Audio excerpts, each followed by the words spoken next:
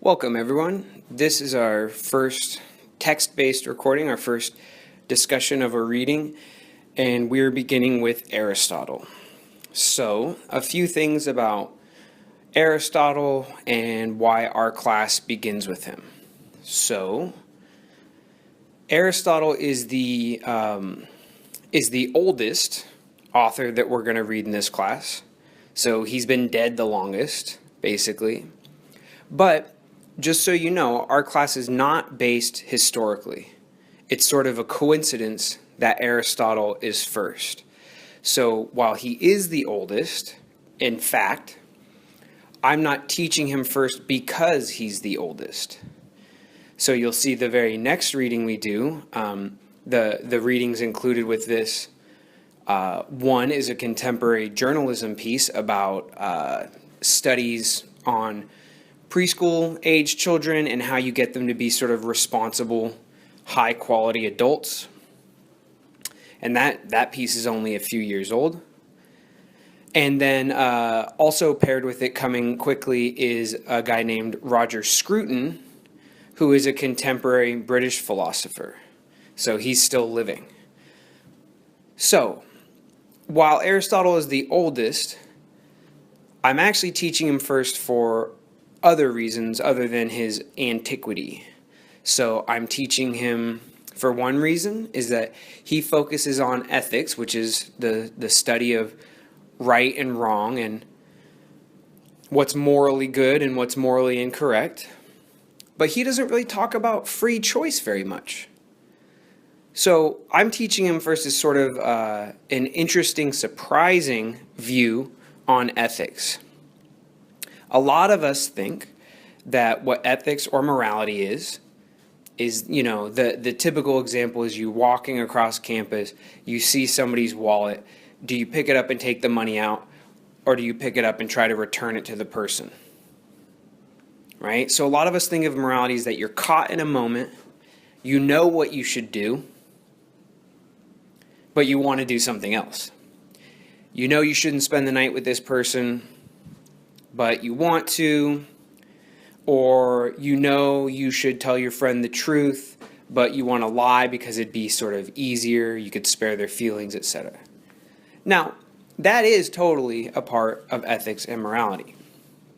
But in those examples, it's usually things we already know are right or wrong, and it's just a matter of you either choosing to do it or not.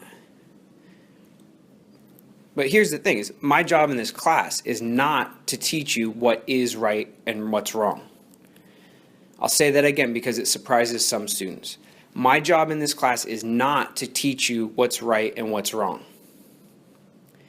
My job in this class is to get you thinking about your own values of right or wrong, get you to maybe reconsider some of those, but in your own way, not like reconsider them so you end up agreeing with me. Reconsider them so that you just cast them in a new light, maybe emphasize certain values more, maybe de-emphasize certain other values. That's one aspect of what my job is, to just prompt you to think a little more deeply about your own values, not to tell you what my values are, and not even to get you to take on Aristotle's values. Another aspect, though, of that is that part of what I want to do in this class is sort of inspire you or help you to take your own ethical values more seriously.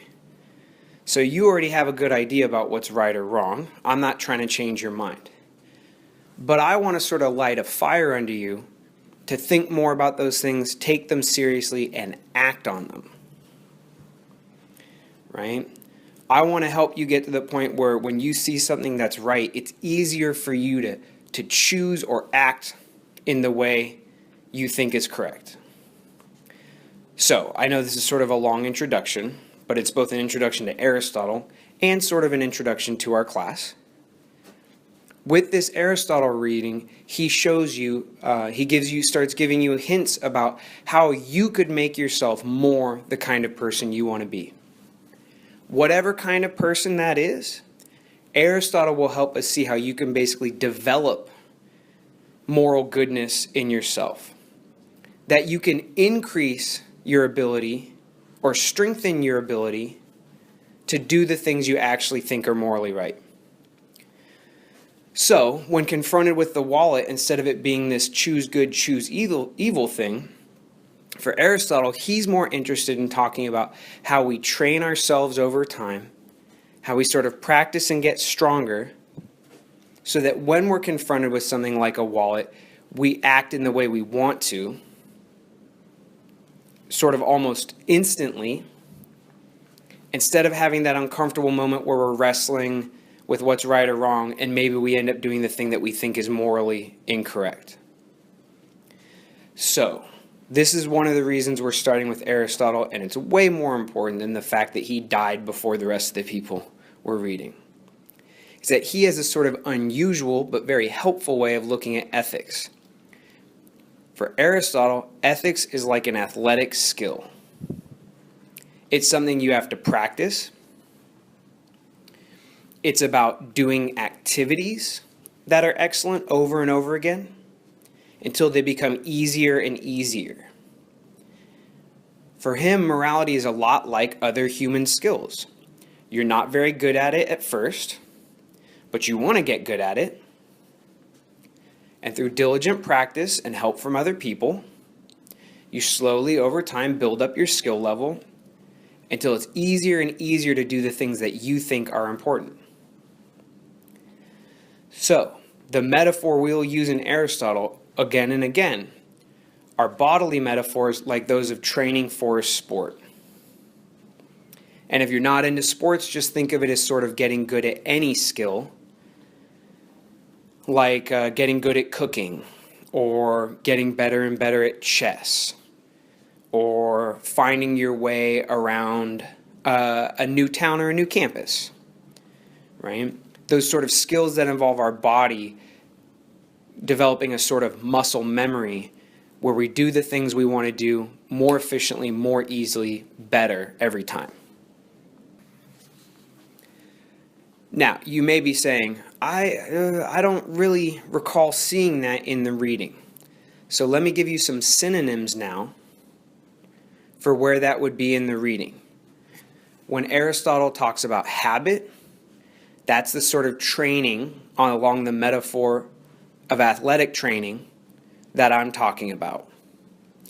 When he says raising children right from the very beginning is not just important, but is the main, most important aspect of morality, that's what he's talking about.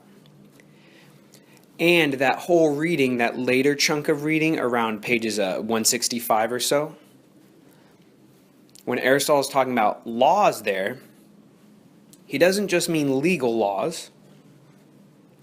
He also means customs, things that your parents expect you to do, the way you were raised, social pressures to do this and not that, and how over time being asked to do all those things when you're a kid makes it sort of automatic or easier to do when you're an adult. So once more, tying all these things together, the athletic metaphor that I talked about, but then pointing you to where he talks about it in his own words in the reading. When he talks about habit, developing habit, that's what I'm talking about, sort of training yourself to be better at being moral. When he talks about laws, he means social customs, the way your parents raised you, what your peer group, how your peer group acts. And that quote where he says, being raised right from day one isn't just an important thing, it's the only thing, right? It's the most important thing. Okay, so I'll restate it one more time. That's the main theme that we're going to start with in Aristotle. It's one of the main reasons we're reading him first, is that he's going to show us that while ethics can sometimes be about the choice between something obviously good and something obviously bad, he's more interested in ethics in the sense of how do you get yourself motivated to sort of automatically or efficiently pursue the things that you think are good, right? You know, there's some people who hop out of bed first thing every morning. They go for a run. Maybe they go volunteer, right? Then they go to class, and then they work after class. right? That's sort of how Aristotle views morality. It's something that you can build up the motivation to do, that you can get better and better at actually executing, not just wanting the good thing, but actually executing and doing the good thing. So, before we go too much further, I'm going to ask you a question and see what you think. So I'll do this throughout the term. I'll usually do it multiple times for every class session. But I'm going to ask you a question, and when I ask you the question, I'm not asking you what Aristotle thinks. I'm not asking you what the reading said. I'm asking you what you think about the issue. So, when I ask you these questions, I'm asking what you think. I'm also going to tell you to please pause the recording and actually give yourself time to think. And then I want you to share your idea in the course discussion board. So this is how participation and discussion are sort of built into the recordings. You can always, in the class discussion board, always you can bring up whatever you want. Just like in class, you could raise your hand and say whatever you want. However, it can sometimes be hard to think up your own questions, your own comments, right? So here's where, just like in class, the professor, that's me, asks you a question, and the professor doesn't say anything, remains silent for a bit until somebody says something. Well, here the benefit of online teaching is that you're going to pause the recording when I ask for these, and you're going to pause it as long as you want. Maybe only 3 seconds and you have a great question you want to ask. Maybe it's a minute and a half. So you get as much time as you want, so long as you actually pause it like I'm asking you to do. Then what you're going to do is you're going to share it. And instead of maybe 1 or 2 people sharing in class, it's potentially going to be every single one of you. So we'll get a chance for everyone to speak. You'll get a much wider variety of responses because instead of just, in a lot of classes, there's only a few people who do all the talking. In our class, we'll get everyone talking. Okay, so here's the question. Aristotle says that morality, it's basically how you're raised. If you're raised well, those will become sort of habits, and you'll act that way when you're an adult most of the time. If you're raised badly, if you're not asked to be moral when you're a young child, you'll grow up sort of wild, like a social wild card. You won't do what everyone else expects you to do, and you'll basically be a disruptive force in society. Okay. Here's the thing, though. Here's the question. Probably some things are like that. Manners, whether you put your napkin in your lap, etc. But what do you think? What about someone who's like a violent criminal? So the basic question is this. If someone's a very violent criminal, do you think that usually has a lot to do with how they were raised? Or do you maybe think that some people are just born that way? Okay, so the basic question is this. If there's someone who's, say, a multiple murderer, a real serious gangster, killing people, drug dealer, all that stuff, do you think in most cases that says something about how they were raised? Or do you think that there's some other cause or reason why that person might be so bad? So pause the recording now, please, and think about that, and take as long as you want. Okay, so hopefully you did actually pause the recording. I can't really tell if you did or not, but it is a requirement, and it is really an opportunity for you to get 100% on participation, because I'm giving you these questions and allowing you all the time you want in order to answer them. So, we'll actually end this first recording of our first reading-based day right here. Okay. If you haven't yet, now that the recording's ending, do reflect on that question.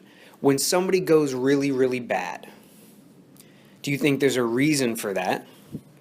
And if so, specifically, do you think that reason is often how they were raised? Okay. So we'll stop this first one here. As always, the first recording, if there's more than one, will be labeled A. The second one will be labeled B. You see how it works. Okay, thank you everyone. You can go ahead and start up the next recording once you've thought about that question.